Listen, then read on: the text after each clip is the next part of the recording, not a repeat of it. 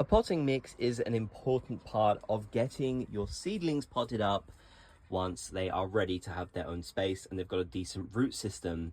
So I'm going to be showing you in this video how I make my potting mix, what I do for success, and I've had a lot of success with it so far. This is exactly what I'm doing. Now, we're going to need something to measure with, and I don't use exact measurements or anything like that. I don't know. I just don't have the time for that. So I'm just going to use this little pot. This is one of those, I believe, 9 centimeter pots.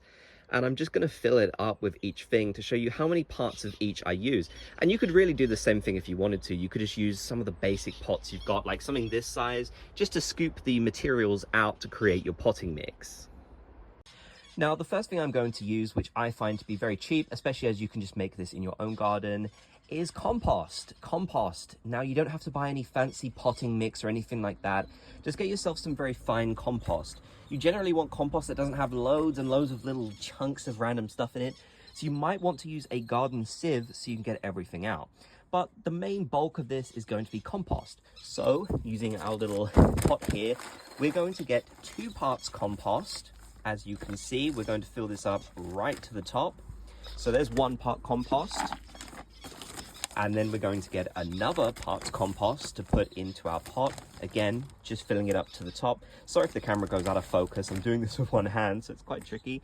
But there you go, 2 parts of compost. So that starts off our potting mix. Also, I'm sorry if you can hear my birds in the background making loads of noise.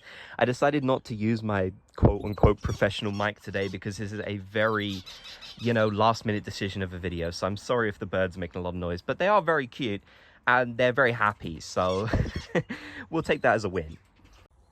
Next, we're going to use 1 part vermiculite. Now, if you don't know what this is, it's basically this sort of material that will help with drainage. Drainage is very important for potting things up. You don't want them to soak in water and those roots to rot. You want ample drainage so things won't drain too quickly, but also it won't sit there in the water. So you definitely want 1 part of this. You can get a big bag of this from any garden center, and honestly, this big bag will last you for ages. So we just want to fill this up to the top once again. We're going to get 1 part of this right to the top. Again, it doesn't have to be a perfect measurement. Don't worry about that. It's just sort of general. There you go. To the top, and we put that in. Perfect. So that has started off the main bulk of our mix. Now, you can also use something else called perlite, which again is good for drainage. And personally, what I would do is maybe put in one or the other. You could either use this or you could use perlite, or if you really wanted to, you could use both. But I would maybe recommend only doing half of each in that case. So maybe half one of those pots of perlite and then half of vermiculite. I've done that and I've seen a lot of success, but I don't really know if it makes much difference. The main thing is that the bulk of it is the compost. So you've got 2 parts of that. And then you've also got some of this perlite or vermiculite for drainage. The drainage is insanely important, so you definitely want to have some of that. Now, this is very cheap to do because, like I said, you can get compost in your own garden, which is great. You don't have to spend a ton of money on that. This bag of vermiculite honestly isn't too expensive from your local garden center, and it'll last you for ages. The same with the perlite. Perlite can be a little bit more expensive, I find sometimes, but again, this bag has literally lasted me forever. So really, that's it.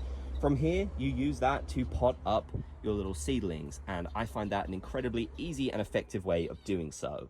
So thank you for watching. Make sure to like and subscribe for more gardening tips.